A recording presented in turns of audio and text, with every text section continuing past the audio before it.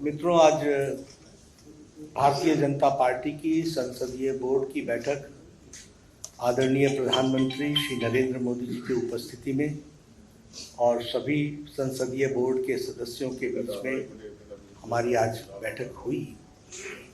और हम सब लोग जानते हैं कि 15 जून को राष्ट्रपति के चुनाव की अधिसूचना जारी हुई थी और उसी समय ये अधिकृत किया गया था पार्टी की ओर से कि हमारे वरिष्ठ नेता भारत के रक्षा मंत्री श्री राजनाथ सिंह जी और मैं पार्टी के अध्यक्ष के रूप में विभिन्न घटक दलों से और हमारे जो यूपीए के पार्टियां हैं उनके नेता उनके साथ हम बातचीत करें और बातचीत करके राष्ट्रपति के चुनाव के लिए सर्वसम्मति बनाते हुए हम आगे बढ़ें।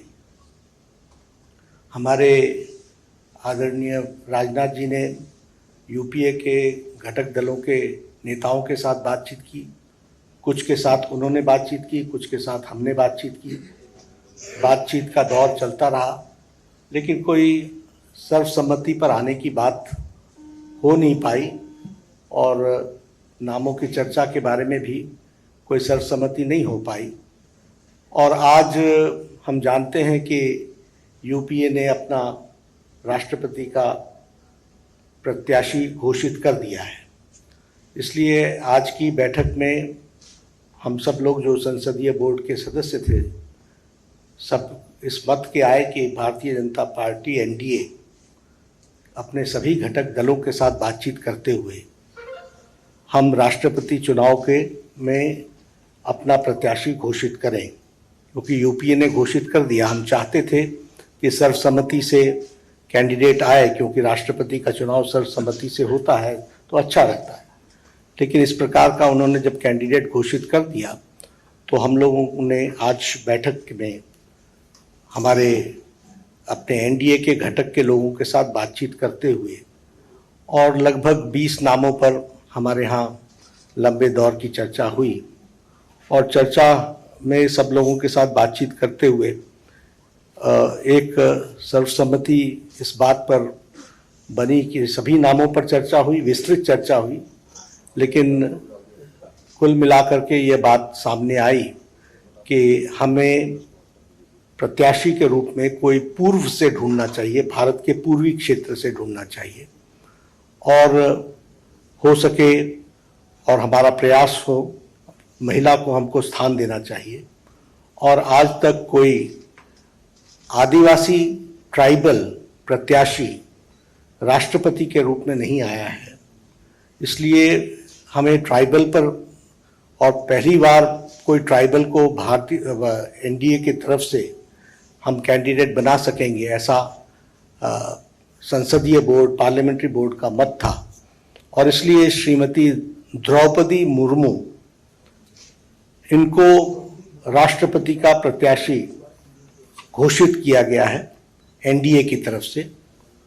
और हम सब जानते हैं कि श्रीमती द्रौपदी मुर्मू जैसे राधाकृष्णन जी शिक्षा से जुड़े हुए थे, सर्वपल्ली राधाकृष्णन राष्ट्रपति के रूप में, उसी प्रकार द्रौपदी जी का भी जीवन आजीवन शिक्षा से जुड़ा रहा और वो टीचर के रूप में, शिक्षक के रूप में उन्होंने अपना जीवन प्रारंभ किया। बाद में वो काउंसलर भी बनी और वाइस चेयरपर्सन रायरंगपुर की बनी और उसके बाद उन्होंने एक लंबा अरसा विधायक के रूप में देखा और विधायक के रूप में वो मंत्री बनने का भी उनको सौभाग्य मिला। उन्होंने सरकार में मंत्री के रूप में भी गवर्नमेंट ऑफ उड़ीसा में transport, commerce, animal husbandry ministry और फिशरीज मिनिस्ट्री को भी उन्होंने संभाला। और सबसे अच्छी बात यह भी रही कि उन्होंने Neelkanth award for best MLA 2007 का वह भी उन्होंने अर्जित किया, उनको मिला। और बाद में वो 2015 से लेकर 2021 तक झारखंड स्टेट की गवर्नर रही। तो इस तरीके से उनका राजनीतिक जीवन रहा है। एक बहुत ही संवेदनशील महिला नेत्री, जिन्होंने शिक्षा से अपने आप को जोड़ करके जीवन में आगे बढ़े और जो जो जिम्मेवारियां उनको दी गई उन्होंने बहुत उत्तम तरीके से उसको निभाया है। इसलिए एनडीए ने और एनडीए के सभी घटक दलों के साथ बातचीत होते हुए आज संसदीय बोर्ड ने श्रीमती द्रौपदी मुर्मू को अपना राष्ट्रपति के कैंडिडेट के रूप में घोषित किया है। बाकी जानकारियां और डिटेल हम देंगे, उनका बायोडाटा आपको अटैच कर दिया जाएगा।